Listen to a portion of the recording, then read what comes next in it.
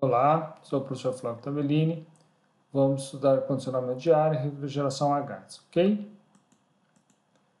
Unidades úteis. TR, toneladas de refrigeração. O que é uma tonelada de refrigeração? É a instalação que conseguisse produzir 1 tonelada de gelo por dia ou 2.000 libras de água por dia, o que corresponderia a uma taxa de resfriamento de 2.000 libras vezes 144 BTU por libra dividido por 24 horas, o que equivaleria a 12.000 BTU por hora, ou 200 BTU por minuto, ou 211 kJ por minuto. E aqui nós temos as duas fatores de conversão, né? Um BTU é igual a 1,0551 kJ e uma quilocaloria é igual a 4,1868 kJ, ok? Condicionamento de ar, ciclo de refrigeração por compressão de vapor.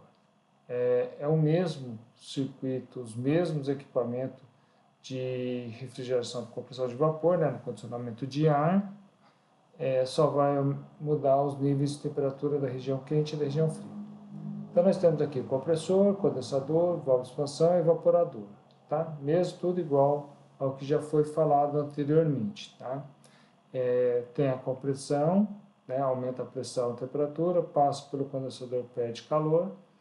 Processo no condensador e no evaporador são isobáricos, então aqui diminui o nível de energia e a temperatura também um pouco, mas a pressão é alta. Quando passa pela válvula de expansão, o fluido refrigerante se expande, diminui a pressão e a temperatura, e quando passa pelo evaporador, ele ganha energia, né, térmica, e aumenta o seu nível de energia, e aqui ele vai estar geralmente na condição do ponto 1 na condição de vapor estruturado e no ponto 3 geralmente na condição de líquido saturado, ok? O coeficiente de desempenho é o mesmo, que é o calor, a taxa de transferência de calor no evaporador sobre a potência do compressor, ok? Aqui o mesmo ciclo, né, de refrigeração para condicionamento de ar, e aqui mostrando o detalhe da entrada do ar, do recinto, né? Aqui entra o ar quente, e no ponto 6 aqui sai o ar frio. Por exemplo, ele entra a 30 graus e sai a 20 graus Celsius, ok? Vamos lá. Primeira lei aplicada no evaporador. Aqui levando em conta, só vou um detalhe, né, que essa primeira lei aqui envolve o ar e o fluido refrigerante juntos, tá? Então, nesse caso, o evaporador é adiabático e não realiza trabalho. Então, o que sobra só o somatório da vazão máxima vezes a entalpia. Na entrada é igual esse somatório na saída. E semiponto é a vazão máxima do fluido refrigerante vezes a entalpia do ponto 4, mais a vazão máxima do ar vezes a entalpia 5 do ar na entrada, é igual a vazão máxima do fluido refrigerante na saída vezes a entalpia do ponto 1, que é a condição do fluido refrigerante na saída do evaporador, mais a vazão máxima do ar vezes a entalpia 6, que é a condição do ar na saída do evaporador, ok? Então aí a gente com esse balanço consegue determinar, muitas vezes é dada a vazão máxima do ar e a gente calcula a vazão máxima do fluido refrigerante, ou vice-versa. Refrigeração a gás. O objetivo para atingir temperaturas muito baixas, né, para liquefação de gás, inclusive o ar, resfriamento de cabines aeronáuticas, ok? Essas são algumas aplicações. Temos outras que está tudo descrito aqui, mas eu não vou ler, tá? Depois eu deixo para vocês lerem, só a título de curiosidade. Vocês dão um pause aí e dêem uma lida. E aqui nós temos o ciclo de refrigeração a gás, tá? No caso, é o ar. O ar entra no compressor a uma determinada temperatura e pressão, tá? O compressor é ligado à turbina por um eixo, ok? Então, aqui vai aumentar a pressão e a temperatura, passa pelo trocador de calor, um processo isobárico, tá?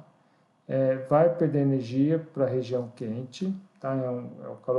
Aqui o calor é rejeitado. Depois, esse ar, esse gás, passa pela turbina. A hora que passa pela turbina, esse ar se expande, o gás se expande e diminui a temperatura e a pressão. Ao passar pelo trocador de calor aqui, tá? Numa pressão de baixa, ok? Ele ganha calor, tá?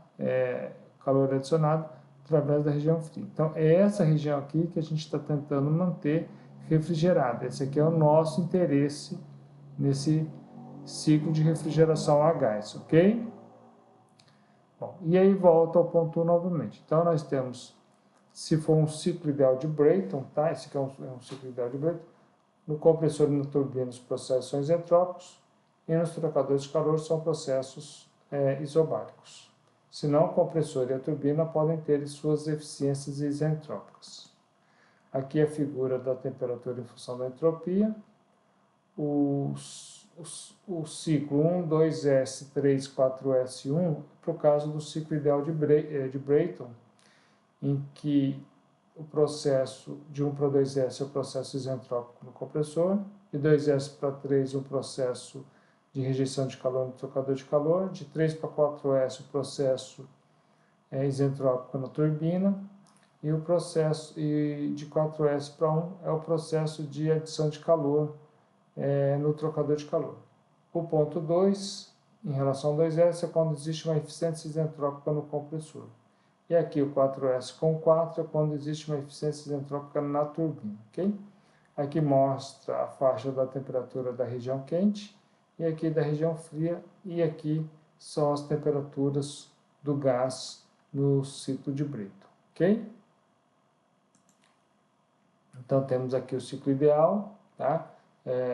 Aquilo que foi falado anteriormente está tudo aqui, processo 1, 2, isentrópico no compressor, 2, 3, rejeição de calor à pressão constante isobárico, processo 3, 4, isentrópico na turbina, processo 4, 1, adição de calor à pressão constante isobárico, ok?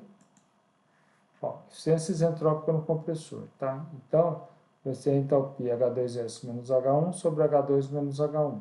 E a eficiência isentrópica na turbina vai ser H3 menos H4 sobre H3 menos H4S. No compressor, é a potência isentrópica sobre a potência real. A turbina é a potência real sobre a potência isentrópica, ok?